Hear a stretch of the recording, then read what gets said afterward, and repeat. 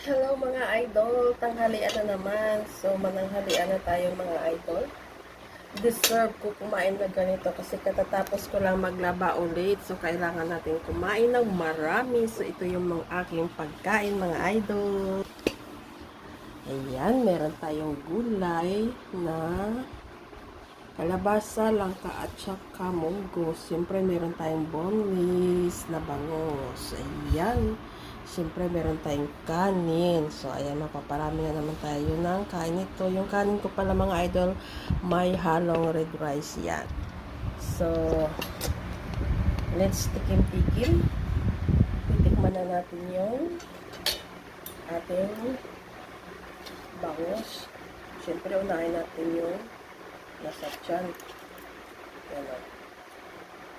Yan, may kamatis. Ang sarap. Yun lang mga idol.